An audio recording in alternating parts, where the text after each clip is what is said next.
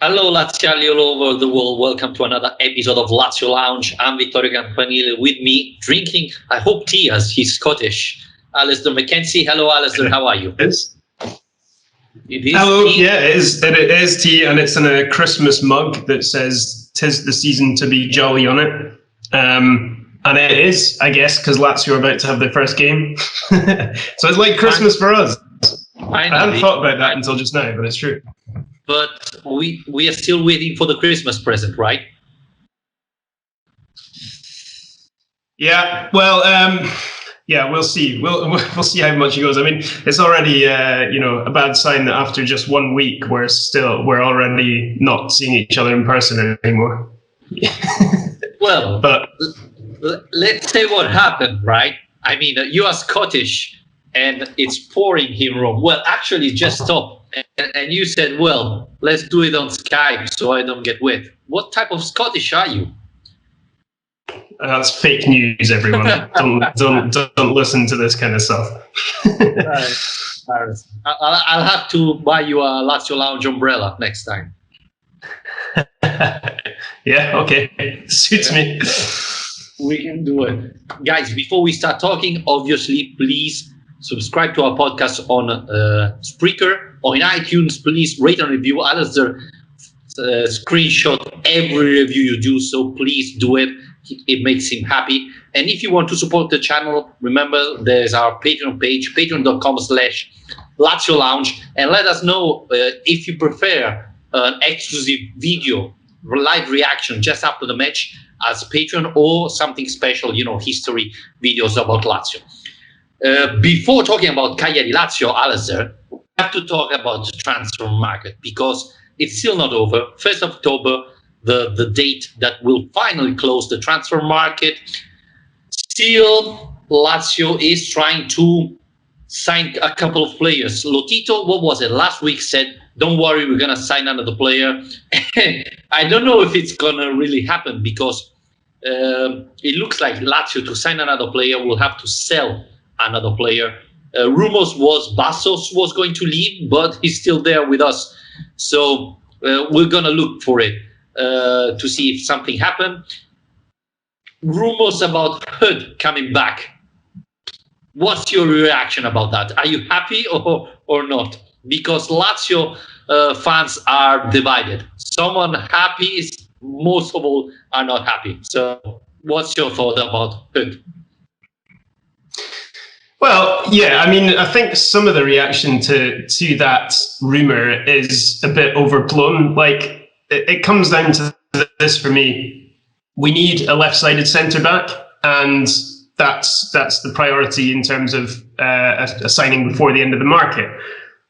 Wesley Hoedt is a left-sided centre-back with Serie A experience. He's only 26 years old, and he's not going to cost a lot of money.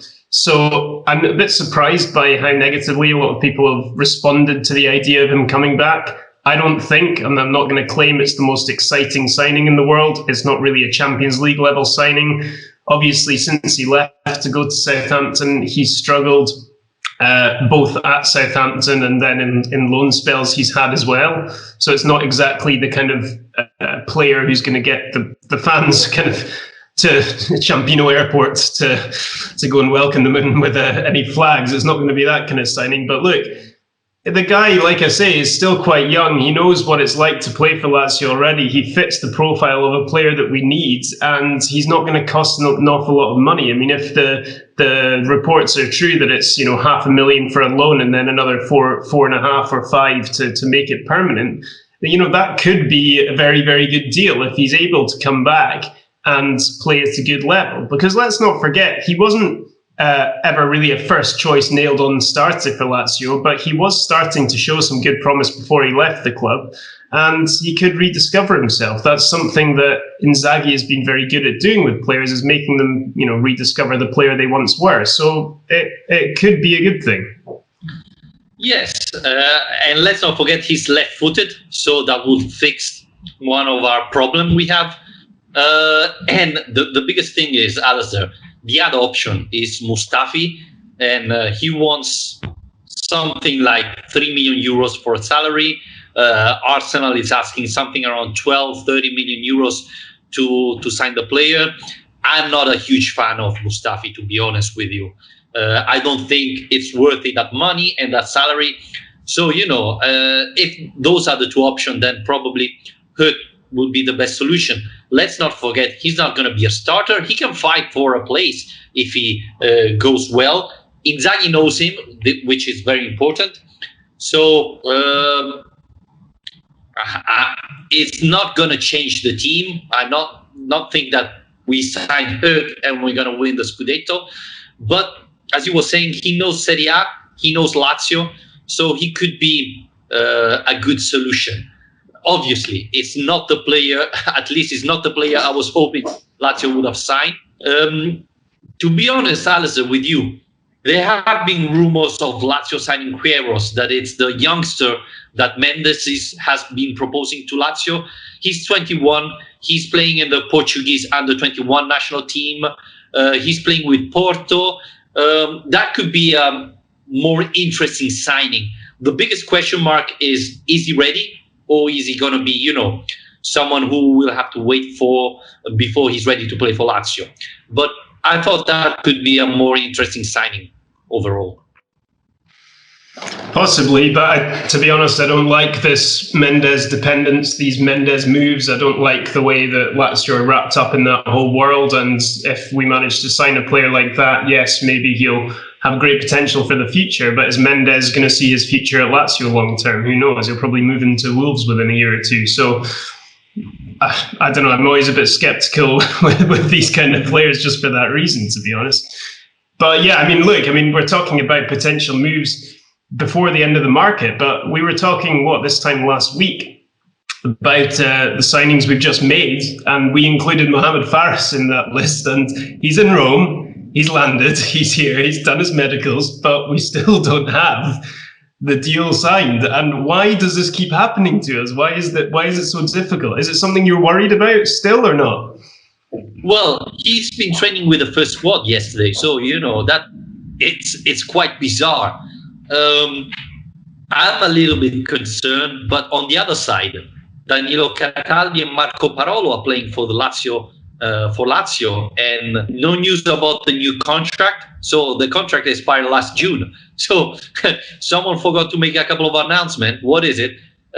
Maybe it's the same thing for Fares. Maybe they fired the social media manager, and the new one still has to arrive. I don't know. Yeah, we don't want to go down the unregistered players route, do we? At least. Maybe we're going to lose 3-0 because we forgot to deposit the Parolo's contract. Who knows? But it's weird. It's absolutely weird. We know we had problem announcing Muriqi. Do you remember last week? Someone had to leave Lazio. Badel signed for Genoa. And now that we need to sign Fares, now it looks like we are waiting for Bastos to leave. But it's not happening. Bastos didn't train last day. It looks like he has 3 offers, 2 from Turkey, 1 from Saudi Arabia. I don't know if there's a problem with Bastos not accepting or the offer are too low for Lazio. But yeah, it's weird. Anyway, probably Marusic is going to start against Cagliari, as Fares just did 1 training at the moment. So I don't know. What's your point of view about this? That it's really an irritating and avoidable distraction. It's not something you want. It's already not what we want, that these players weren't available for Alonso. I understand, obviously, that there was a very short pre-season this time and it was difficult to get guys in before then, but it's going to make it harder for players to adapt. Now we've got the problem with Muriqi going into quarantine in Turkey. So who knows when we're going to see him. And yeah, to not be able to start Fares if we wanted to is a bit of a disaster, considering how long this negotiation has been going on for.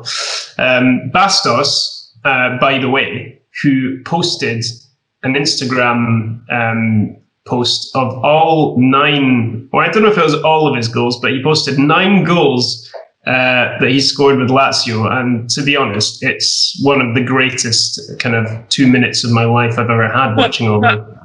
Incredible.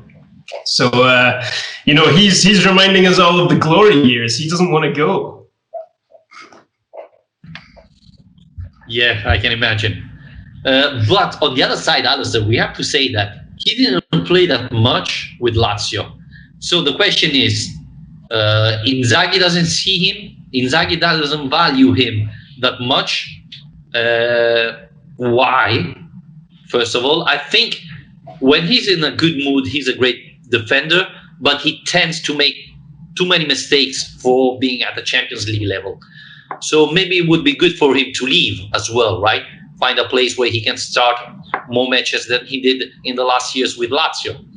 And on the other side, Lazio is looking for a left-footed central defender, and he's not. So maybe that's why Lazio is pushing him to leave and trying to sign a left-foot defender. Yeah, I mean, the other, I guess, intriguing option is Nicolo Armini, who, we've not seen an awful lot of, but he's a left-footed defender who could, come in if he was given an opportunity. But obviously, it's quite early for him. I don't want to move off topic too much, but it was quite promising to see that the Primavera team not only won their first game back against Torino on the weekend. Was it the weekend? No, it was a couple of days ago. No. But Raul Moro has gone and opened his season with 2 goals, so that's quite promising as well. And I hope at certain points this season we'll get an opportunity to see some of these young guys get opportunities in the first team as well, hopefully. Yes, let's not forget that this year even Lazio Primavera is playing the Champions League. So it's going to be interesting because we were fighting for relegation last year, and now they're playing Champions League. So yeah. It's going to be interesting. We already know that Armini and Moro will play the youth league with the Lazio Primavera. So I presume they won't be playing in the Champions League with the Lazio. One thing about Raul Moro, I was hoping that he would be more in the first squad than in the Primavera. But, it's good to see how he got back and started playing well. Sometimes you feel a little bit deluded. I was in the first squad, now I'm back in the Primavera. Instead, he played well. I think he's a big talent. He's young. He could play other 2 years with the Primavera. Maybe giving him the opportunity to play is a good option for him and Armini. Yeah, I mean, before we move on from the market, I think the other thing worth pointing out, because we mentioned Bastos there, but, there's still a lot of players who haven't been found moves. We're talking about wanting to get players in, but we've still got to get rid of Wallace, Di Gennaro, I'm trying to think, Dermisi, Silvio Proto, there's all sorts of players still in the squad who haven't found clubs. Javan Anderson as well, he's not a youth player, don't forget. There's quite a lot of work to do in a very short space of time, again. Yes, this is probably the biggest weaknesses of Lazio, right? Getting rid of player who is not in the project. Let's not forget how many years we had Djordjevic in the team. All those players that didn't fit with Lazio. Marchetti as well. Vargic. How many years did we have Vargic? And I think he played only one match. Kishna. We have one of the biggest news of the week. Do you see where Ravel Morrison finished? He's going to play with Kishna. He's saying with the Dutch team that signed Kishna this summer. Oh, really? Yeah. I mean, this is very... I'm going to follow the Dutch league now. Yeah, getting the band back together. I like that. What a talent. So... Maybe they'll have Edson Braafheid at left back as well and just put together a team of Lazio misfits. I think he's playing in the US. So Den Haag, I hope I pronounce it well. signed both Kishna and Ravel Morrison. The announcement was yesterday of Ravel Morrison. So, this is automatically my favorite team now after Lazio. I'm really, really curious to see them perform. So this is the breaking news. I know, I completely missed that. I'm glad you pointed that out. Oh, that would be interesting.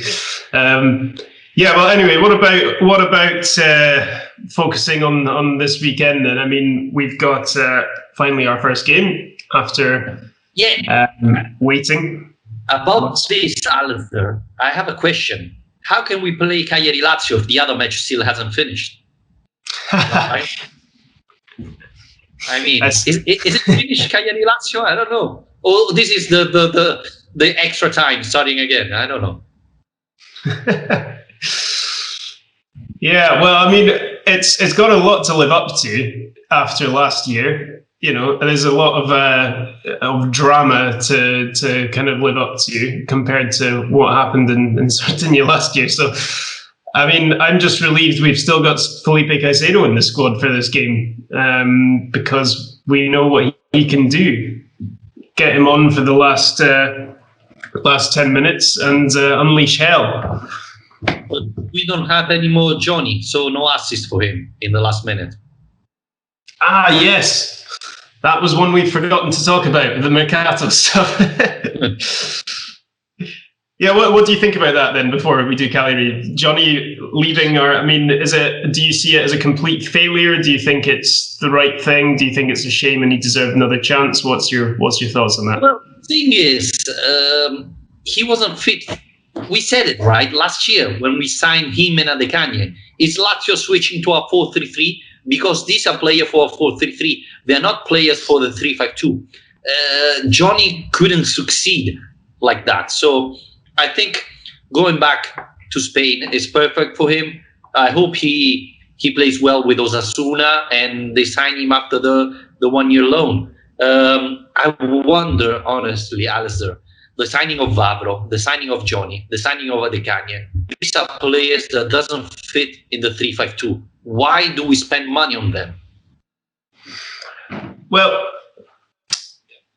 the thing is, I'm completely baffled by some of that kind of thing, because on top of that, it has worked with, say, Joaquin Correa, for example. He came as a winger. He'd been playing as a winger and managed to adapt to a new role. But if you're spending that much money on a player, then surely go for someone who doesn't have to make the adaptation, because especially when you're signing players from other leagues, from other countries, to make that as easy as possible, they could at least be playing in the right position. And yeah, for Johnny, I guess the issue for me was that what we needed to see was, even if he wasn't still playing at the level we needed to see progression, development and improvement from him by the end of last season. And I don't think we really got that. I don't think we got to a point by the time last season finished where we thought, right, well, Johnny's defending is getting a lot better. Positionally, he's looking a lot more comfortable. That wasn't really happening. So then if you're not seeing that progression, then it's time up, I guess, especially when they've managed to get someone like Faris in, hopefully. So, yeah, I mean, the baffling thing is when we were playing 4-3-3, we went and signed Luis Alberto, who was a number 10. And so you end up playing Luis Alberto out on the wing in his first season at Lazio, and lo and behold, he was terrible. And then, so this has been happening even before we were playing in a 3-5-2. Yeah, it's very strange. Yeah. And talking about wingers, against Cagliari, probably Marusic is going to play on that side, because obviously Fares hasn't been announced, Johnny have left, there's Jewel, Marusic or Lukaku probably on that side. So what do you think? Who's going to play? I think Marusic, but seeing Lukaku back is interesting. Yeah, I think Marusic has to start. I mean, we know by now Lukaku just isn't good when he starts. He's much better as a substitute. And especially nowadays when we've got 5 substitutes available, I think he's going to get a lot of opportunities from the bench. But yeah, I mean, also I think Marusic deserves it because he's really shown last season that he does possess the versatility to be able to play on the left-hand side and do a good job there. And I think he actually he went under the radar last season quite a lot, I think, because he had injury problems, but actually when he was playing, his form was pretty good, and he was pushing Lazio. He knocked Lazio out of the team for a couple of weeks at one point as well. So Adam Maricic is, I think an underrated player. I think he had a good first season, a bad second season, and now he's kind of improving again. So I think he has to be the most solid option to start on the left of who we've got, even if he's not a natural left footer. Alistair, can we say we are disappointed that the season starts and no new signing will start for Lazio? Murici, we don't know where he is. Has he got COVID-19 or not? Is he coming back? Is he injured? Fares, he's training, but he didn't sign. Reina probably won't start. How do you rate this thing? Well, yeah, I mean, to answer that question as a more broader answer, I think it's the same thing that seems to be happening across the league. I mean, I watched pretty much all the games over the weekend, and most of the teams were almost identical to the teams we left at the end of last season, because there hasn't been that much time not only to get business done, but then to be able to get new players into the team, get them up to fitness, get them into the system, the style that you want to play. So, even guys like Victor Osimhen, who's a record signing for Napoli, he wasn't in the starting lineup. Sandro Tonali, Milan's big summer signing, he wasn't in the starting lineup. So I think it's something we're seeing a lot of at the moment, is that there's actually not an awful lot of difference between the start of this season and the end of last one, because the teams are almost identical. And the problem we've got, I guess, is that we finished last season so badly that we don't want to have exactly the same team playing the same way. But hopefully they've managed to sort themselves out a bit in the last couple of months. Well, we can break a record. We can have only one signing on the bench, because even Fares and Murici, who knows if they're going to be on the bench Saturday. Well, Murici probably not, but Fares, who knows. So, yeah, it's a big disappointment. On the other side, we know that Cagliari is trying to sign Nainggolan, so that could change a lot of things. It's true that will he be able to play on Saturday if they sign him today? And how do you rate the Cagliari team that, it started very well the season last year, then they had problems, and, it's an interesting team, I think. Yeah, they are. I mean, obviously, when they appointed Di Francesco, I did kind of raise my eyebrows a bit. I think this is a really, really important year for Di Francesco, because after what happened at Roma and then the absolute disaster at Sampdoria, he needs this job to be a success, really, in order to, revive his reputation. But it seems like the right kind of job for him. I was actually quite impressed with them on the weekends. They drew 1-1 with Sassuolo, and a lot of people are very excited about this Sassuolo team, especially from the way they finished last season, as we know. So yeah, I mean, I think that was quite a good result, a better result perhaps than they'll get credit for. And yeah, I mean, they weren't particularly impressive. There was nothing that blows you away, but they do look maybe more solid than you'd expect from a Di Francesco defence. And yeah, I think it's going to be a difficult game. I think that, again, it's not a team that's undergone huge changes in terms of personnel. The biggest change has been that they've appointed Di Francesco and the style of football that he plays. But that's no secret to Lazio, what Di Francesco is as a coach, what his teams are going to play like. I think that it's going to be, to be honest, a very challenging opening game. Yes, and the fact that they already played an official match can be a big difference, considering that Lazio haven't. And so this could be an advantage. The other thing we have to consider, Alistair, is first official match, and Lazio already has some players, a lot of players injured, right? In the defense, Luis Felipe is out. Not a big surprise. The Brazilian is very, very good, but a little bit like Maruzic. He's very keen to get injured. Lulic, we have no idea. I don't know if he's still alive, honestly. Murici, new signing, already injured. So there are a lot of question marks for Lazio this coming week. And with the season so complicated with the Champions League, this can have a huge impact on the performance.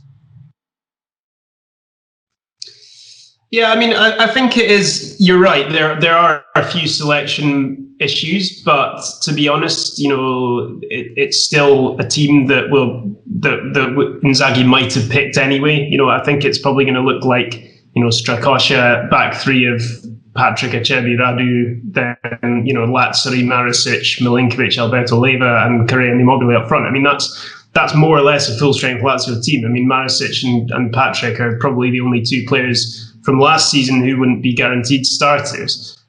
So I don't think I don't think it's comparable, for example, to the run in last season when we just had everybody collapsing in an injured state. So I think that's not a bad team. That should be a good enough team to win the game, really, considering what they were capable of last season.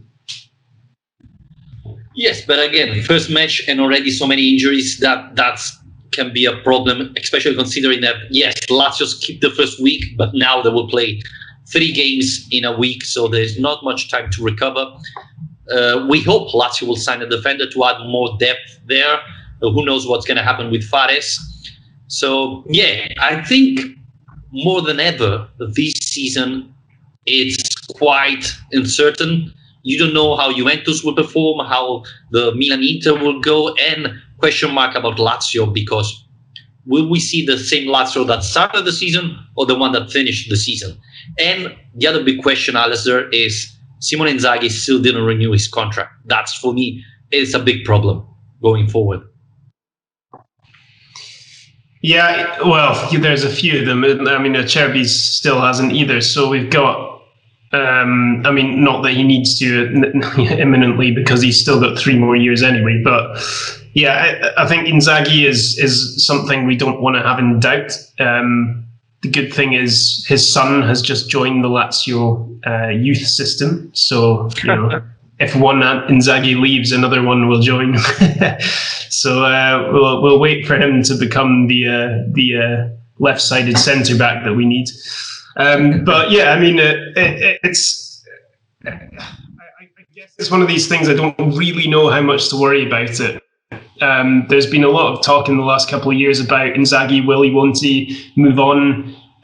He's got us to the Champions League. I do feel like this is a really important season for the future of this team that's been built, because it feels a bit like this is the kind of culmination of this project. We've been building for years and years to get to this point, and now we've got this team. We've got Immobile in the best form of his life, Alberto in the best form of his life, Milinkovic, Savic completely happy and rested and playing very well. Lucas is still there. We've got Acerbi, we've got Radu. These kind of players who in a couple of years are going to be a bit further on in their 30s.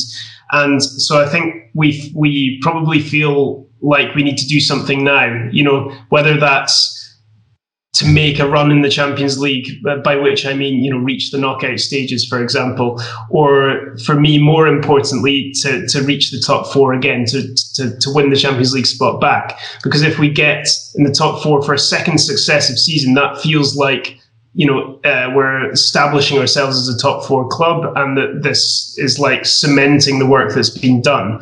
I'm a little bit worried that this season, if there's a drop-off, if the Champions League doesn't go well and Lazio finish outside of the top 4, Inzaghi might look at the squad, an aging squad, and say, well, I think I've done all I can. And if he has another offer on the table, maybe move on. But maybe I'm looking a bit too far into the future with that. That's my only worry about him. Otherwise, we know what he's like. We know he's Lazio to his heart. We know how long he's been at the club, how much he likes his life in Rome. So in that regard, I don't have too many concerns.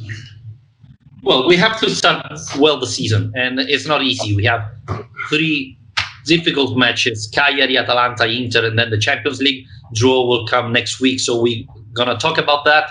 So it's really important to start well. I'm not happy that all the signing won't be available, pretty much.